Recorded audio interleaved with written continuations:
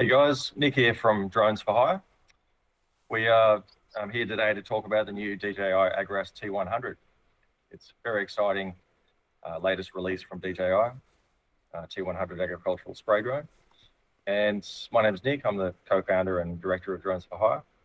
And we are joined by Rachel, the head of operations and holder of an aviation degree and commercial pilot license. Oscar is here as well. He's our head of agriculture, of course, and experienced farmer for 20 years, holds a Bachelor of Science, Science degree and psychology degree. So the three of us together will talk about the features of the T100, the specifications, just some general, fairly early commentary, I guess, because we don't actually have our first unit yet. So it's just a first take, first impressions, and most importantly, how we feel it will apply to Australian growers and graziers. So if we go to the first slide, thank you, Rach. Oscar, how do you compare this big new machine with the tried and tested T50?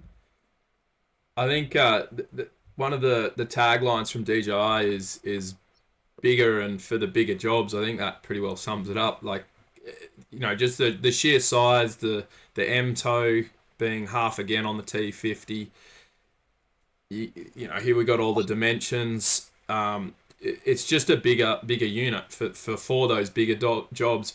But I think, as we'll discuss later on when we start to look at some of the more intricate features, I think it's still going to have this really good versatility in its ability to lift and spread, and also the mapping, I think, could potentially be a really exciting feature.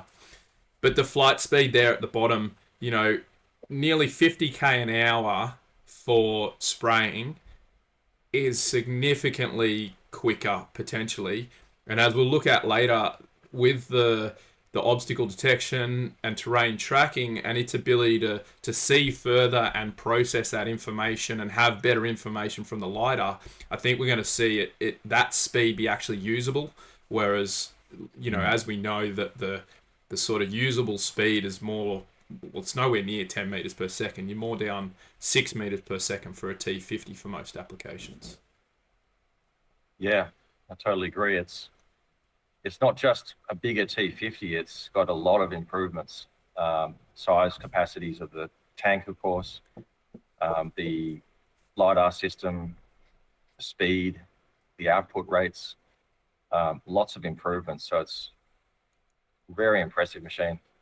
This is a good slide here. The main one for me here is that flow rate. So we're going from 16 liters per minute up to 30 liters per minute.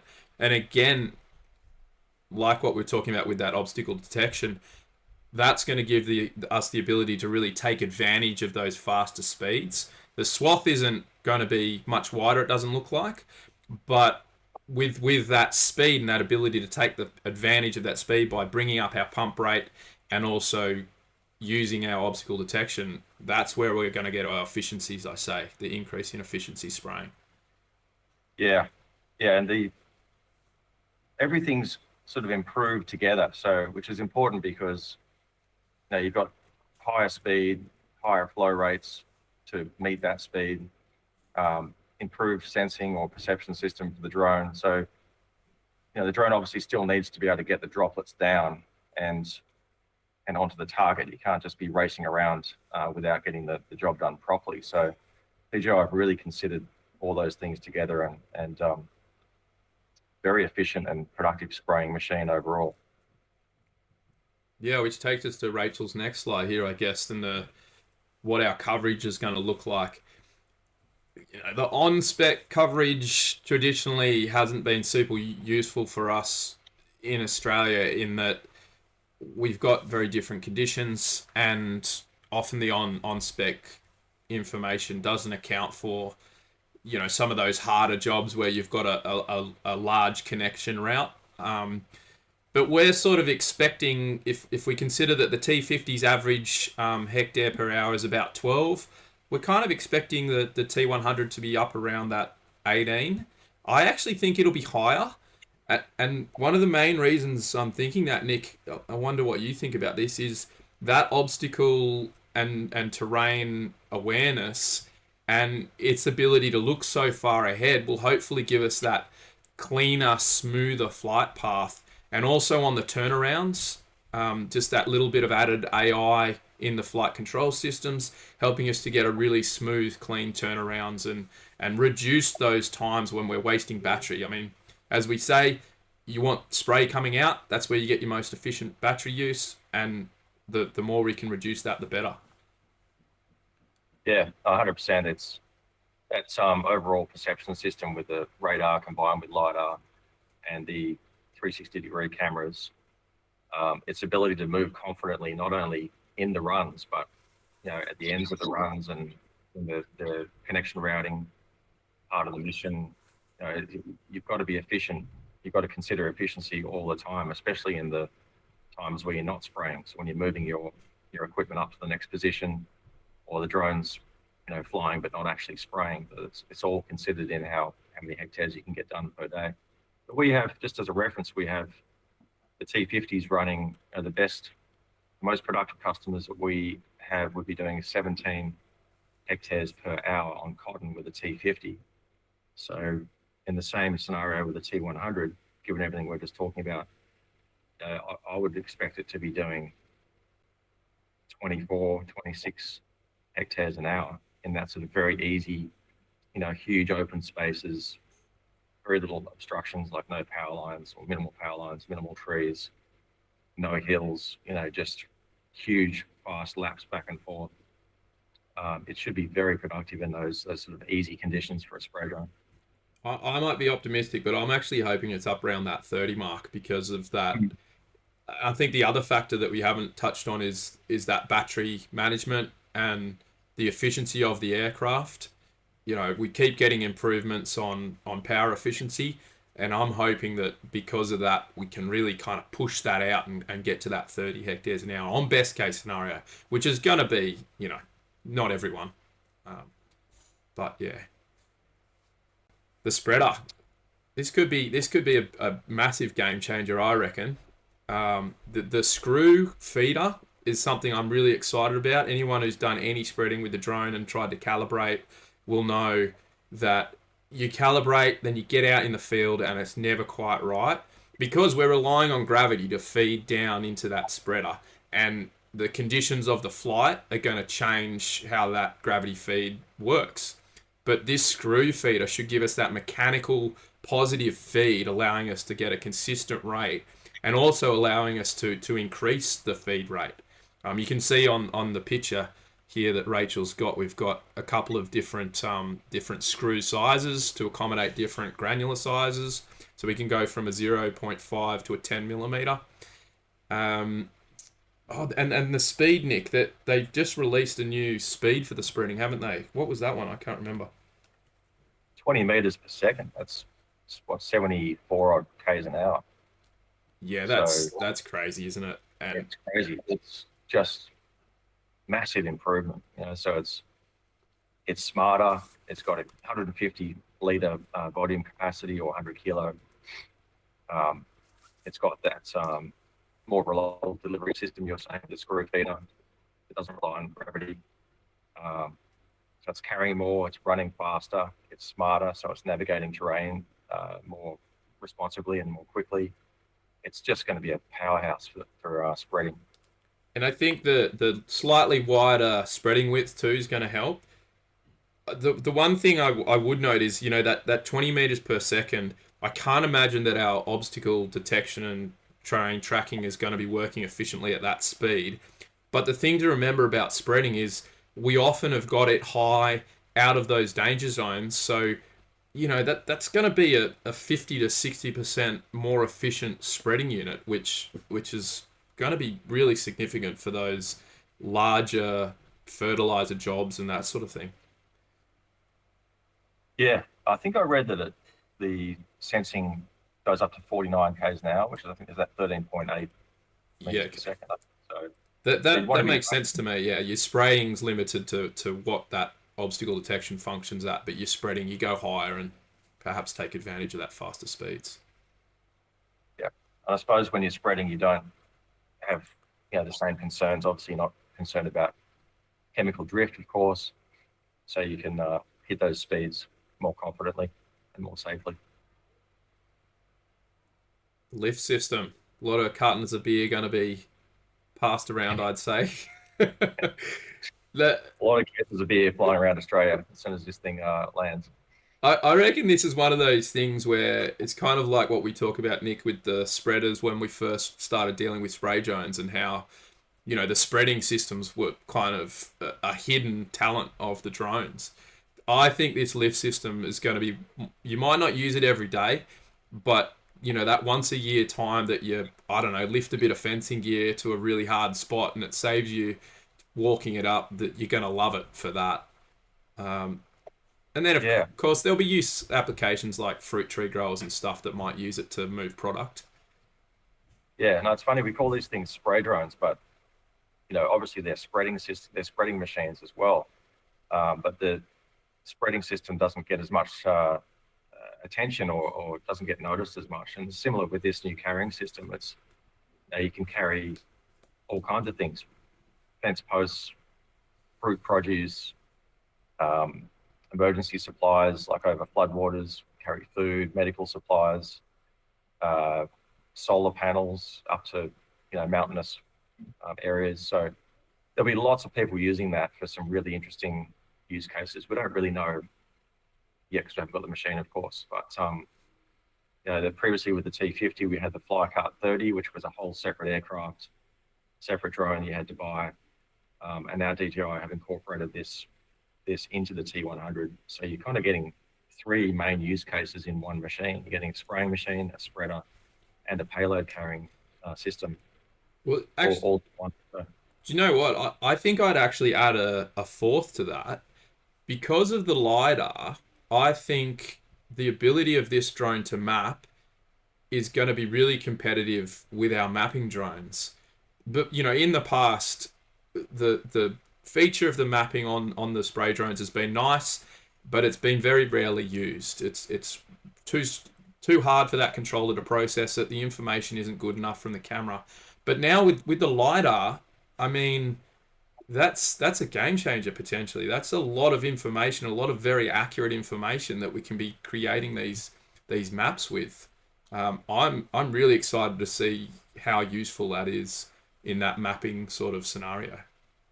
Yeah, that's a great point actually.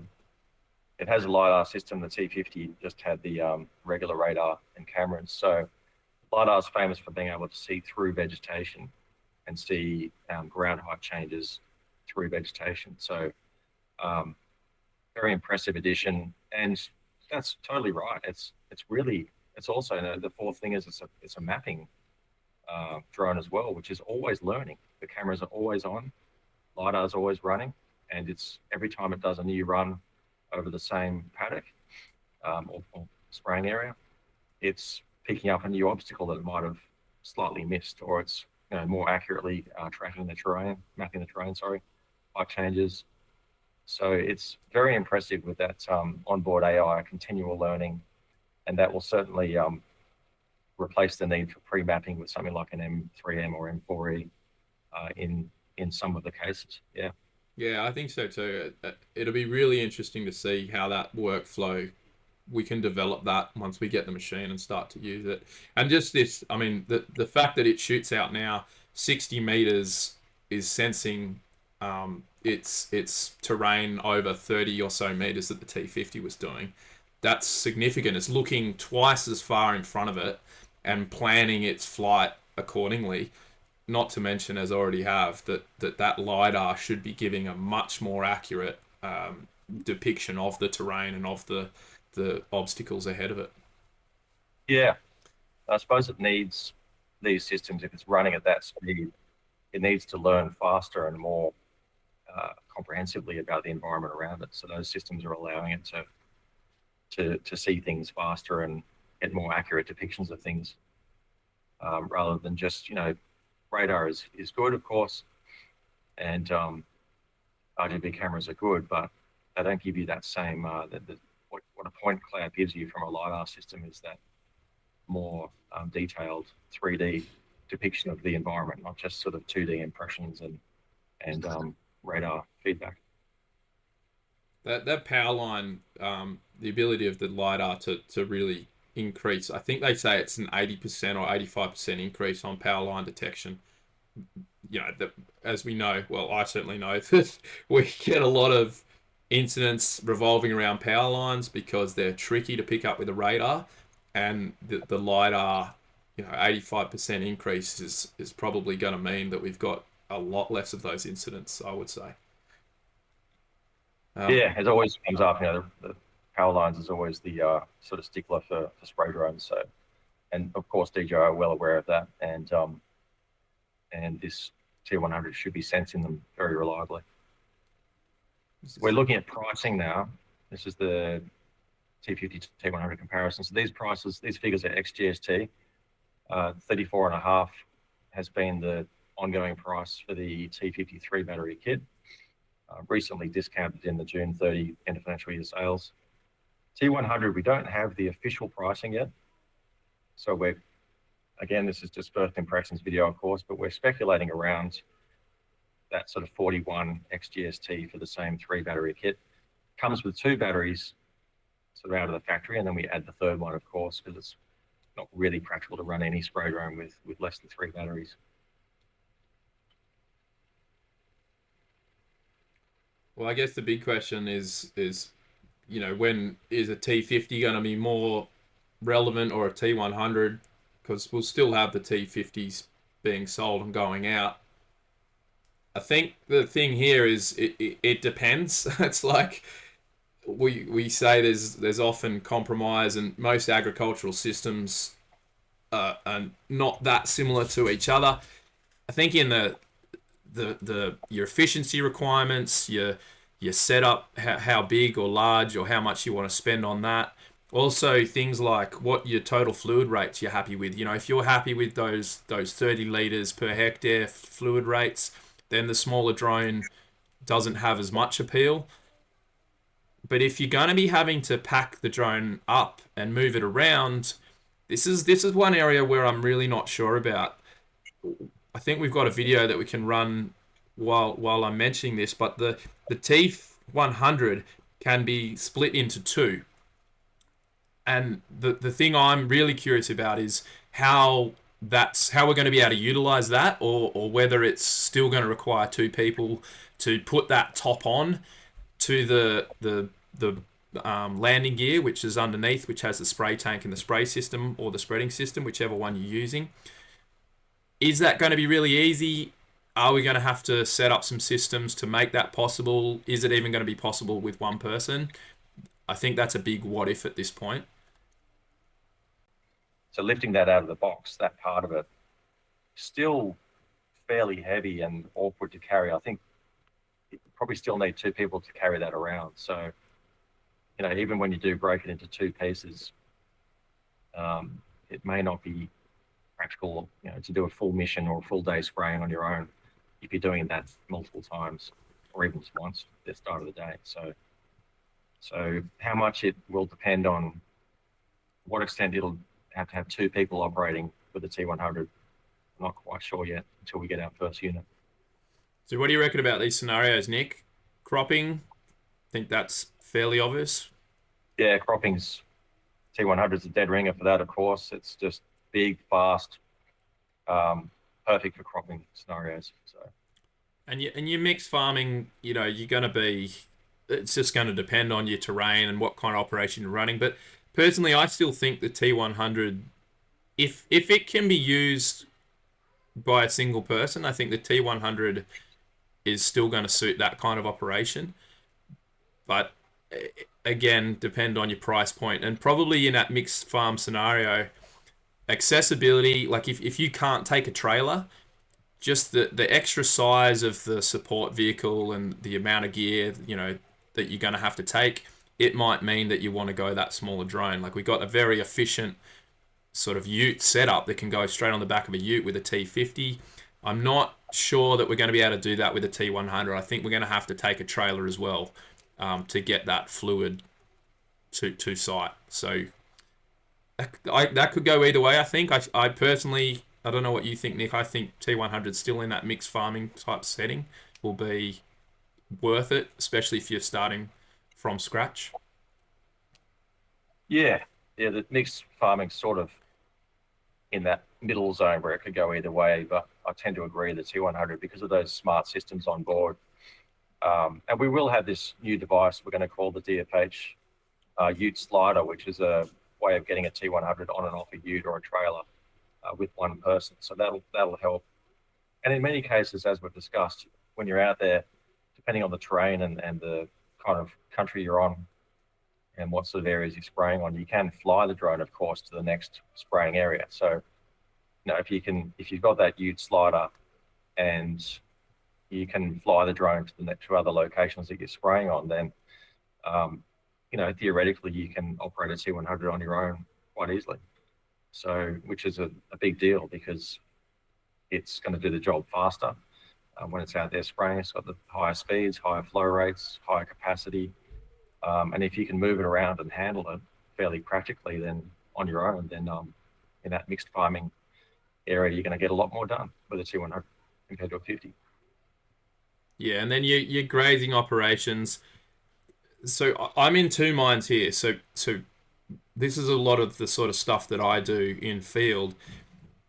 I like the ability to run Terra and be able to get those patch sprayings. And I don't imagine that with a T100 mapping and using the remote control that's going to be any more efficient than what it is on the T50. And I don't like that process. It's hard to get the imagery where you can pick out your target plants and that sort of thing. But then on the other side of the coin, I'm thinking T100, it's got Lidar, it should be really good on terrain tracking. So we're not going to be so reliant on that three-dimensional flight path that we get from mapping and running something like a T50 afterwards. So I think this one could go either way. Like the size, again, going to come into it and your setup vehicle, but that whether or not we're going to need to run Tara to get that weeds in pasture specific spraying, or whether we can just run it with the T100 is going to be the big factor there.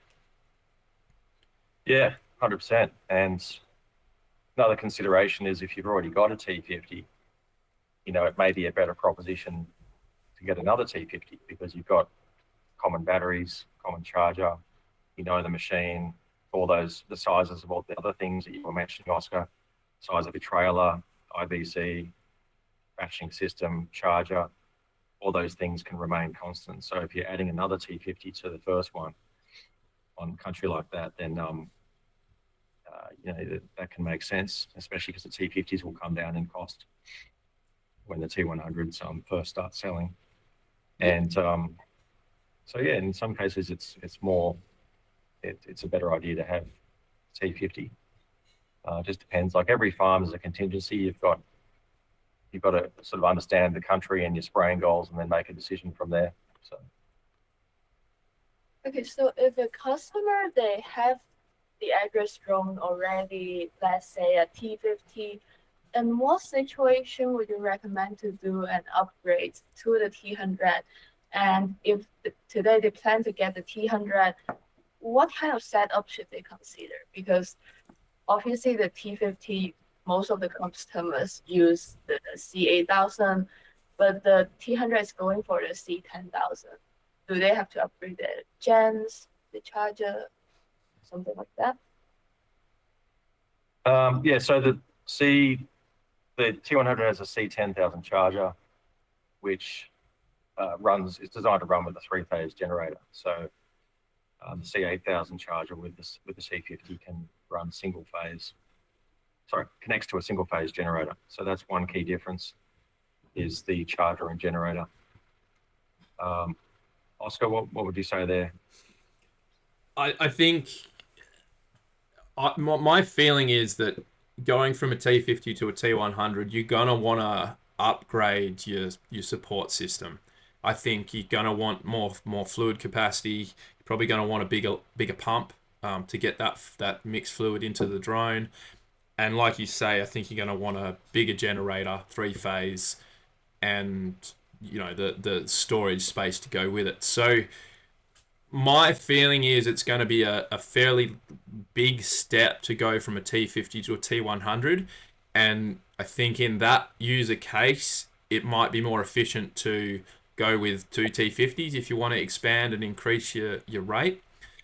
The thing is that the T100, the efficiencies that we can get, as long as that droplet control is good at those speeds that we're hoping we'll be able to achieve to increase that coverage, then it might well be just more efficient and worthwhile, that upgrade. I don't know.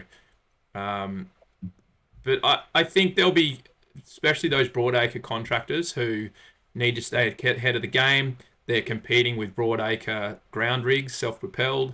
So, they're gonna upgrade and go for two T100s, and their support vehicles probably already set up pretty well to handle it. They've already got the large areas, the big trailers, or the trucks set up. So, yeah, Yeah. yeah, Theoretically, if you're running two T50s,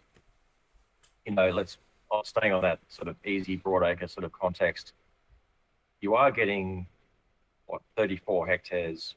If you're hitting that sort of 17 hectares an hour, you're getting 34 hectares an hour done, which will be higher than one T100. yeah, However, you've got the complexity of running two machines, two trailers. You've got the cost of having at least two pilots, two operators, probably more. So, yeah, I mean, if it's probably unusual, but if you were operating two spray drones in two different paddocks or two different areas at the same time, then obviously two T50s would allow you to do that. But in most cases, I think you're more likely to be operating in the same area, so running two drones together down the same area, or at least focusing on one part of your property at a time. But yeah, so I think you've got to understand the complexity of running two spray drones and the cost of having two running at the same time, as opposed to the simplicity operationally and the efficiency of having one big one that can fly faster and be more productive than the other two small ones on a one-for-one comparison. So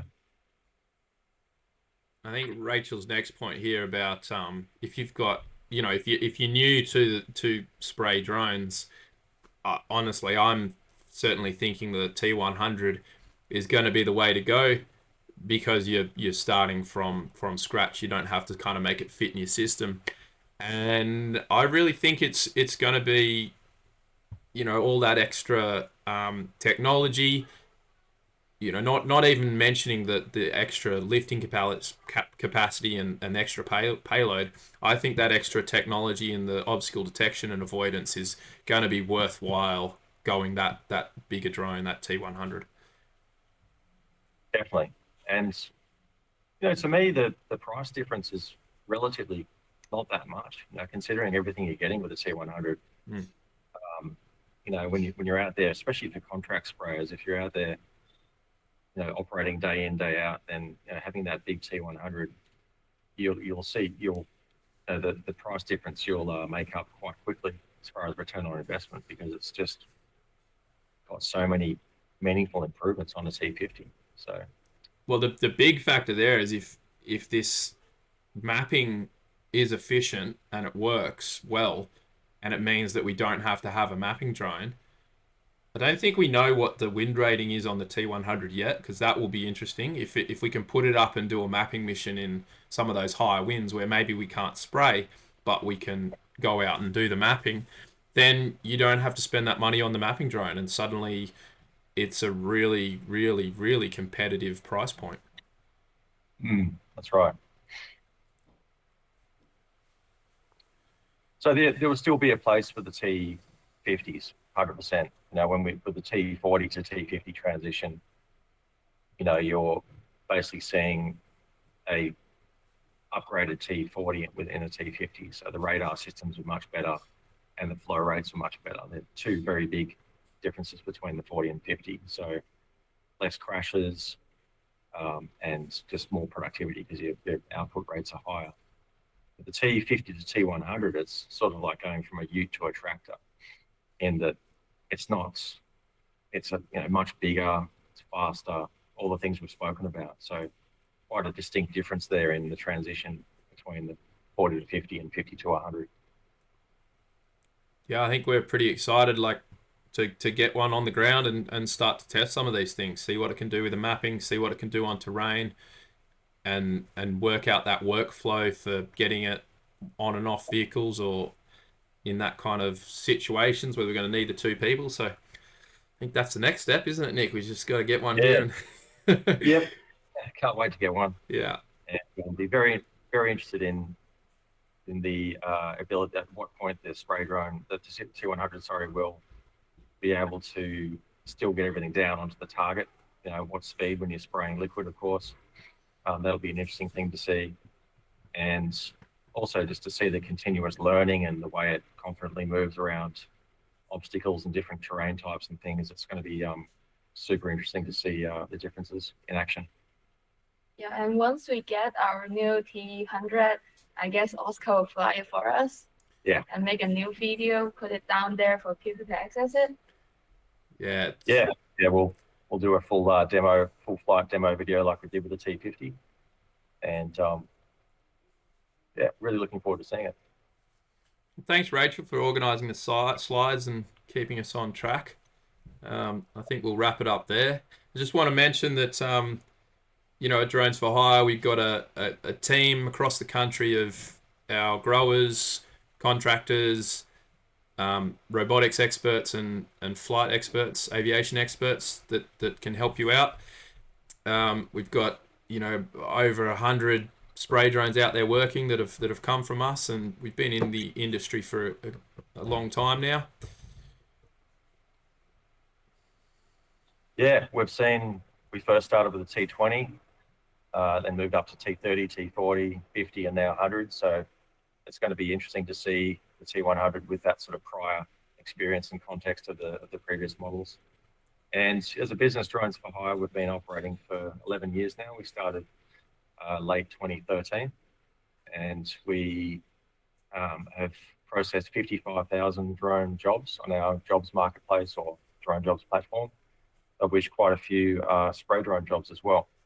So we have the jobs platform, we have the hardware sales, of course, the network of technicians, and we do emphasize the importance of having setup days on your property that allows the technicians to see the country you're operating on, understand your spraying and spreading goals, and give you proper, customized advice, and leave you confident spraying and spreading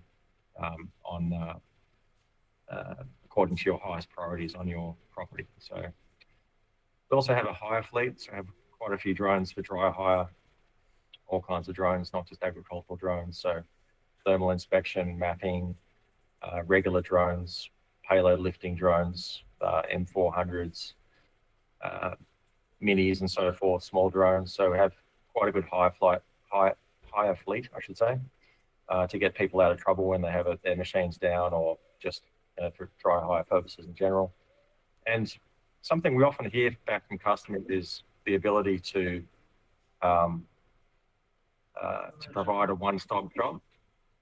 And we can, with these agricultural packages, we supply, of course, in this case, the T100 aircraft, but we also supply all the other things that you should consider as well.